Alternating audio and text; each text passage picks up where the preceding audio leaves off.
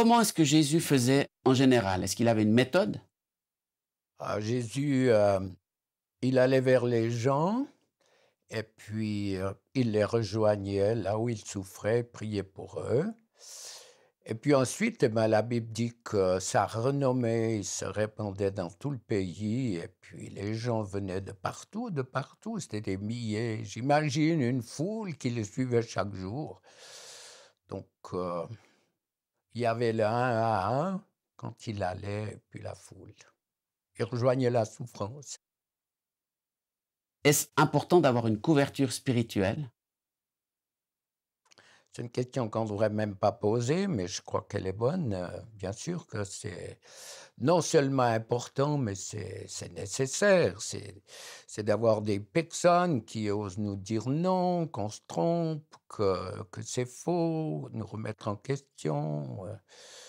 Bien sûr, il faut non seulement avoir une couverture, d'une église, d'un groupe reconnu, mais avoir des prophètes ou des personnes qui ont le droit de on parle de ministère là, hein, d'avoir, des personnes qui ont le droit de regard, nous poser toutes les questions.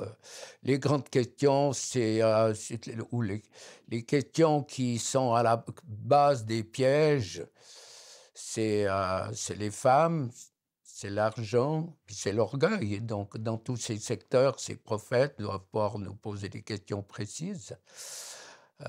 Comment tu vis? Dis-moi, comment sont tes finances? Qu'est-ce que tu fais? Oui, oui, le contrôle, c'est un bon contrôle. La protection passe aussi au travers d'une forme de contrôle qui est biblique, qui est juste. Est-ce que ça serait bien de développer un secteur délivrance dans l'Église? C'est important, nécessaire, une urgence. Moi, je vois une urgence, mais c'est quand même forcé de reconnaître qu'on fait beaucoup d'efforts pour la guérison des corps, le prophétique, on fait beaucoup, mais pour la délivrance, qu'est-ce qui est fait? Il faut oser se poser la question, où sont les points de chute? Qui va nous remplacer? On se posait la question avec Michel Renevier, qui la pratique aussi. On disait: «Mais qui est prêt à prendre le relais? Qui va le faire?» Donc, bien sûr, dans des églises, avoir des points où, on envoie les gens. Moi, c'est un problème réel, heu, quand il y a trop de demandes, vers qui envoyer les personnes? C'est une question qui est moi, je trouve lancinante. C'est comme si l'hôpital est plein et puis qu'on ne sait plus où envoyer les grands brûlés, les cardiovasculaires et les cancéreux. Je trouve qu'il y a quelque chose que je trouve de tragique. On minimise et on n'entre pas dans le projet de Dieu, alors que pour Jésus, c'est impératif de chasser les mauvais esprits. On l'a vu, revu, tellement d'exemples de délivrance ou de guérison qui sont les conséquences directes ou le résultat d'une délivrance. Alors, je ne sais pas tellement comment ça se passe. Alors, déjà avoir un cœur ouvert à la délivrance, est-ce que si le pasteur croit à la délivrance, si les anciens vont, c'est clair qu'une porte va s'ouvrir, mais la délivrance, c'est le parent pauvre. Dans les séminaires où je suis invité, où j'étais invité, orateur parmi d'autres, dans des conventions, on est toujours recalé au dernier petit coin possible. C'est presque un gymkhana pour trouver la place, alors que on pourrait être à la place principale, à la pièce principale. Il y a tellement de personnes ont besoin de la délivrance. Moi, c'est pas une critique, simplement une remarque pour montrer qu'il y a pas d'intérêt. Il y a pas d'intérêt. Donc, on croit pas à ce que Jésus nous a enseigné. Alors qu'il y a un boom pour écouter Dieu, alors qu'il y a un boom pour la guérison, et c'est pas faux, mais il n'y a pas un boom pour l'évangélisation non plus. La délivrance et les évangélistes, c'est deux secteurs qui sont trop délaissés. l'état de l'Église en pâtit, les luttes intestines, les querelles, les jalousies, tout ce qu'on voit quand la persécution est là, ben, tout ça, ça tombe. Et puis les gens s'unissent au-delà de ce qui peut les diviser. Alors, on ne veut pas dire qu'il faut qu'il y ait une persécution pour que certaines vérités bibliques passent, mais c'est quand même tout ça, c'est teinté de tragique, je trouve. Quand on prie, il faut prier seul, ou à deux, ou à trois, ou à plusieurs? Oh ben, on a tout vu où il y a 10 personnes qui prient et qui imposent les mains, donc chaque fois 5 kilos, 10, 50 kilos, le gars, il est complètement écrasé par la force physique des mains, et puis comment il peut vivre la délivrance? C'est pas possible. Chacun crie, chacun donne une pensée, et alors on chasse la mort, on chasse le rejet, l'autre chasse autre chose. Ça, c'est la pire des situations qui peut arriver à un misérable chrétien. Il n'est pas misé à cause de cette situation qu'il est misérable, mais qui souffre et qui a besoin d'aide. Donc, une seule personne qui prie à la fois. Et puis les autres sont là, peut-être ont-elles une pensée prophétique, un verset biblique, une pensée pour une racine, donc on stoppe, on arrête, pose la question, est-ce que ça correspond à quelque chose? On peut gérer tout de suite nos pensées, c'est facile en délivrance. Toutes les pensées de l'esprit, tout ce que je reçois, je les teste tout de suite. Est-ce que ça correspond? Ben, presque toujours on dit oui, mais quelquefois on dit non. Donc on peut se tromper. Je crois qu'il faut accepter qu'on peut se tromper, et ça nous garde quand même en sécurité.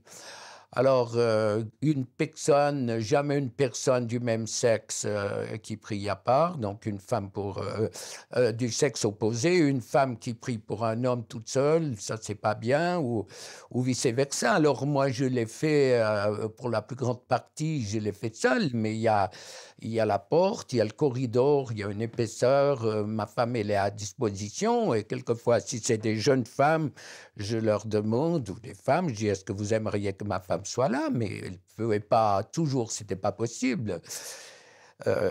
4 enfants, beaucoup de travail, alors elle est disponible, mais pas indispensable, donc c'est assez particulier.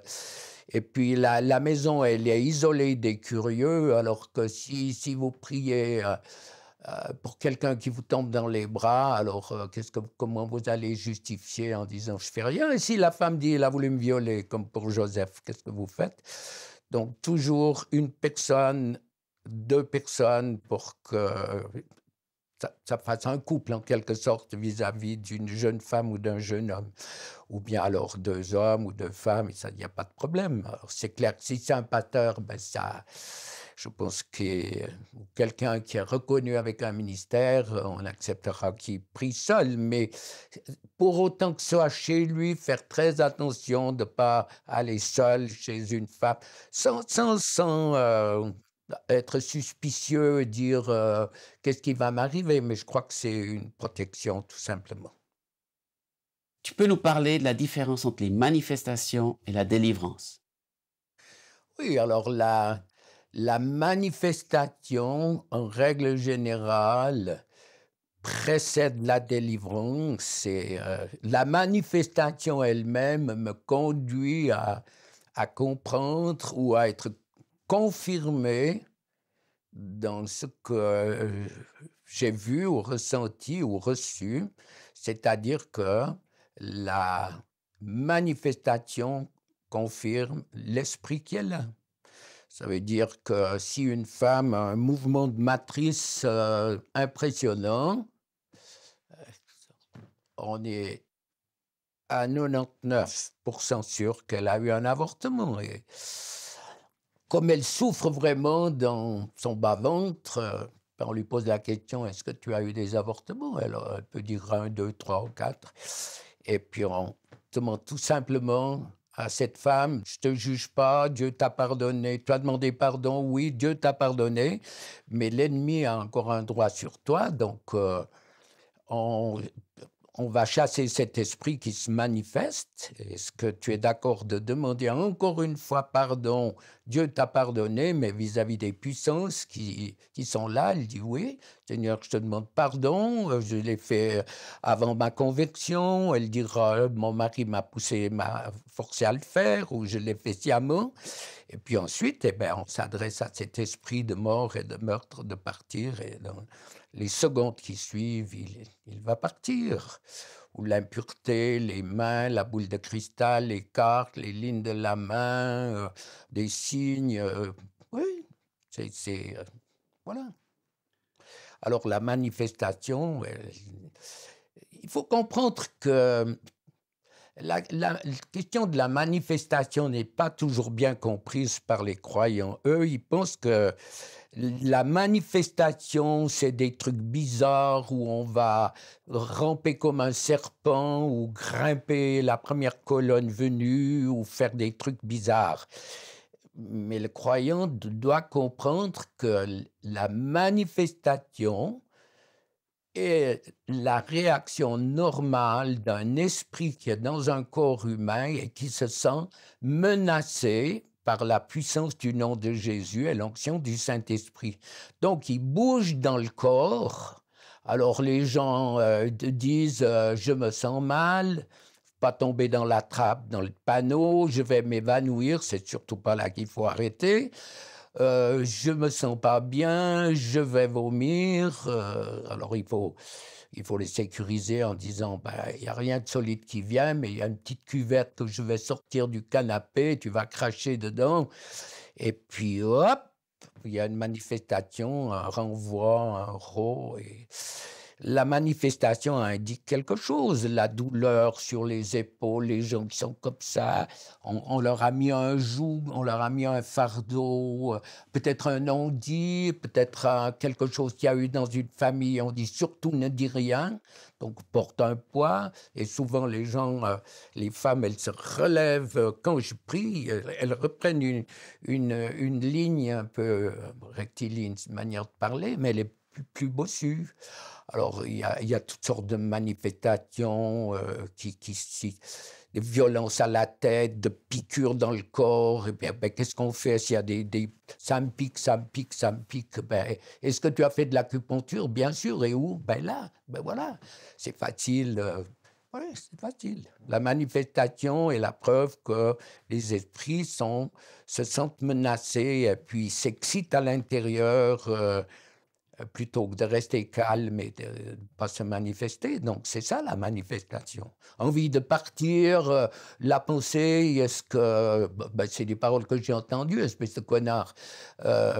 T'as pas bien tout fini, tu m'énerves, ça m'excite, donc c'est pas la personne. La personne prête ses cordes vocales, sa langue, c'est sa gorge et tout pour parler, mais c'est les mauvais esprits qui parlent au travers d'elle. Donc les réactions des gens, il faut les filtrer au travers du dépôt du Saint-Esprit dans nos vies pour dire, ben, à ce moment-là, c'est pas la personne qui parle, même si sa voix n'a pas changé. Donc toi, tu cherches pas les manifestations, tu cherches la délivrance. Ah ben non, je les cherche pas, d'autant plus que les gens, souvent, on me dit « Ouais, mais j'ai peur des manifestations. » Donc je dis on va prier pour qu'il n'y en ait pas, mais il faut pas me dire après est-ce que c'est parti? Parce que les gens qui vivent quelque chose, ils savent que... Les gens qui vivent une manifestation, quelle qu'elle soit, ils savent qu'il y a quelque chose qui est parti. Comment on fait pour aider les gens à sortir l'esprit mauvais? Oui, je me souviens, donc la participation de la personne, c'est le rôle de la volonté, on l'a dit, c'est important. Je me souviens, en 1975, peut-être, il y avait une grande réunion à Lausanne, à la cathédrale, il y avait des milliers de personnes, et puis j'ai vu quelqu'un qui levait la main. Moi, j'ai cru qu'il appelait à l'aide parce qu'il avait un problème. J'ai jamais vu quelqu'un lever les mains dans la communauté où j'ai été. On chantait « Je danse comme David assis, rivé sur son siège. Je loue comme David, je saute comme David, je danse comme David. » Et tout le monde était figé. Comme si on était à moins 40 degrés et qu'on était bloqué sur nos sièges. Donc, en voyant quelqu'un lever la main, moi, j'ai dit, il a un problème. Moi, quand j'ai pu lever les miens comme un lapin, comme ça, C'était déjà une victoire extraordinaire de passer à cette hauteur pour pouvoir ensuite être moi-même tout simplement. Je ne suis pas extraverti. Ni introverti, mais si je veux me lever, je me lève. Si je veux taper des mains, je le fais. Si je veux me mettre à genoux, je le fais. Je ne me laisse pas influencer par les ordres qu'on donne. Mais comment aider les gens à faire sortir donc en levant la main, on fait un signe, c'est un signe, un acte de volonté. Se lever, venir devant. Quand l'évangéliste a fait lever la main, ensuite il fait venir les personnes devant. C'est pas évident. Des fois, on les fait mettre à genoux, on prie pour eux, on les félicite, on leur impose les mains. Donc, les mauvais esprits, je me suis cassé la patience, j'ai perdu des heures de sommeil, des fois pendant des heures, c'est beaucoup, mais 1 heure et demie, je disais, tu sors, non, je sors pas, sors au nom de Jésus, non, je sors pas, tu mourras pas, il y a 400 ans que je suis dans la famille, tu mourras pas, je suis fort, toi t'es rien, je suis fort. Et puis je me disais, mince, je vais pas y arriver, puis j'ai appris que en grec et en hébreu, esprit, c'est souffle. Et puis, un ami m'a dit, mais essaye de faire participer les personnes. Donc, on essaye. Je sais bien que pour la première fois, ils doivent nous prendre pour les fous, mais la Bible dit qu'il y a les fous de Jésus. Il y a des bons fous, il y en a des moins bons. Alors, on fait participer la personne, fait sortir, comme si on avalait un moucheron.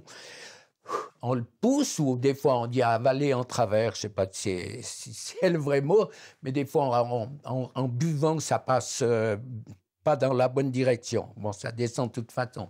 Et puis, on le tousse. Alors, le but, c'est ça, c'est de faire participer la personne, que le rôle de la volonté soit lié au physique et dire ce qu'il y a à l'intérieur, je veux que ça sorte, c'est déterminé. On fait sortir, et puis là, ben, c'est beaucoup plus rapide. C'est une participation. Le rôle de la personne se sent impliqué et en bougeant. Alors, il y a toutes sortes. Il y a les locomotives. Je dis stoppez, vous oxygénez votre cerveau. Dans un moment, vous allez voir que tout tourne. Donc, alors, on sécurise. Il faut expliquer aux gens ce que je vais faire, comment je vais le faire. Est-ce que ça vous gêne? De toute façon, j'essaye de les faire rire un petit peu, dédramatiser en leur disant, de toute façon, c'est moi qui sens la mauvaise haleine. Alors, ils rigolent et puis hop. Souvent, quand ils rigolent, c'est là que ça va le mieux, ça décroche quelque chose. Quand on prie, est-ce qu'il faut toucher les gens? Est-ce qu'il faut leur imposer les mains? Est-ce qu'il y a une technique? Ah ben, en tout cas, je pose ma main sur la tête. Oui, c'est clair qu'un jeune qui touche une jeune fille, qu'est-ce qui doit se passer?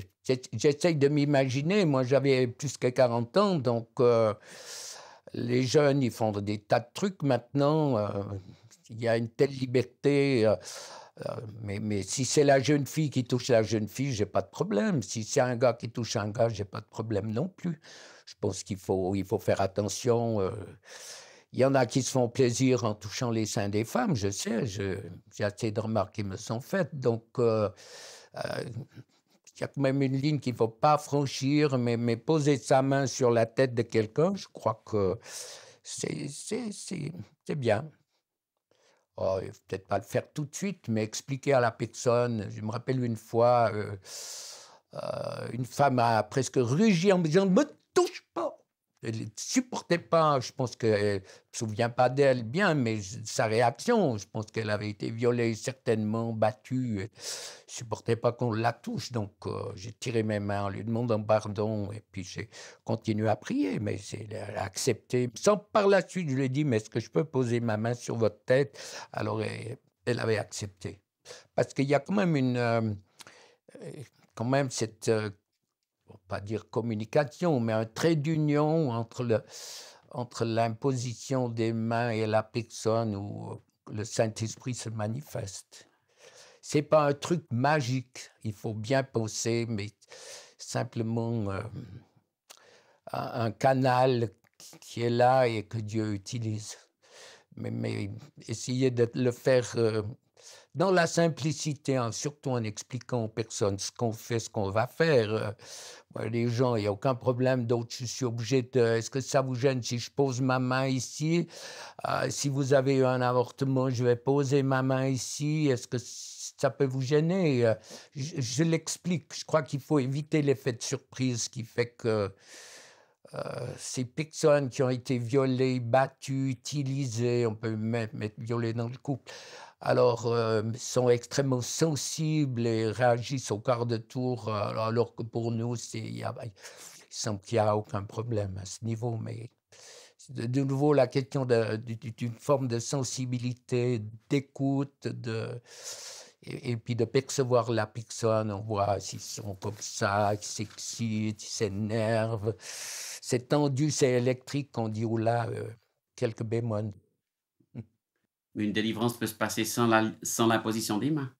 Oh bah, bien sûr, beh, bien sûr. Si j'ai téléphoné pour une femme de sorcier à Paris, il me semble que ma main était un peu courte pour la toucher, mais la délivrance avait lieu comme c'est des exemples qui me reviennent. J'ai prié pour une juive à Tel Aviv qui s'est mise à parler en langue à l'autre bout du téléphone, donc aussi bien d'un côté que de l'autre, mon bras est un peu court.